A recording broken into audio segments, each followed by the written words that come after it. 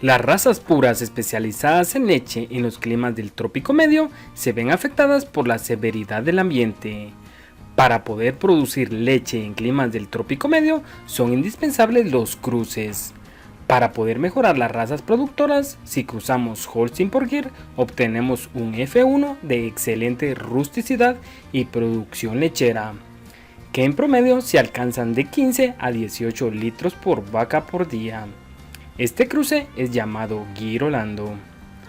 La zona del trópico medio está en los 1800 metros sobre el nivel del mar y predominan temperaturas promedio de 22 grados centígrados.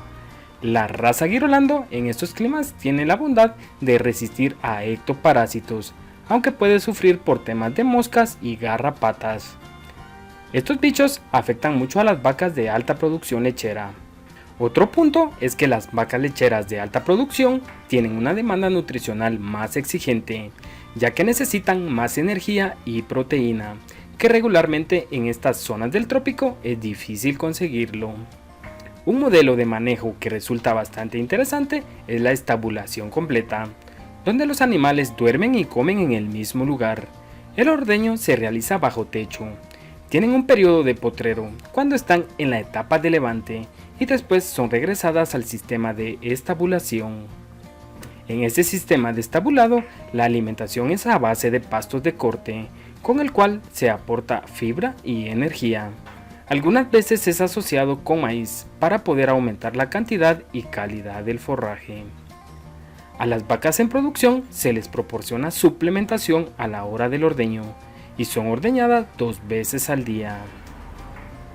La sincronización de lotes es indispensable para mantener un nivel productivo continuo durante todo el año y evitar las fluctuaciones. El plan sanitario en el trópico medio debe incluir purgas, los baños y realizar la limpieza de las camas 2 veces por día. La cama puede ser de cascarilla de arroz y debe ser retirada 1 vez a la semana. El pasto debe estar disponible todo el día a libre voluntad del animal. Podemos concluir que en la zona del trópico medio se puede obtener una buena producción lechera, pero es de suma importancia la realización de cruces para poder alcanzar el objetivo de rentabilidad lechera.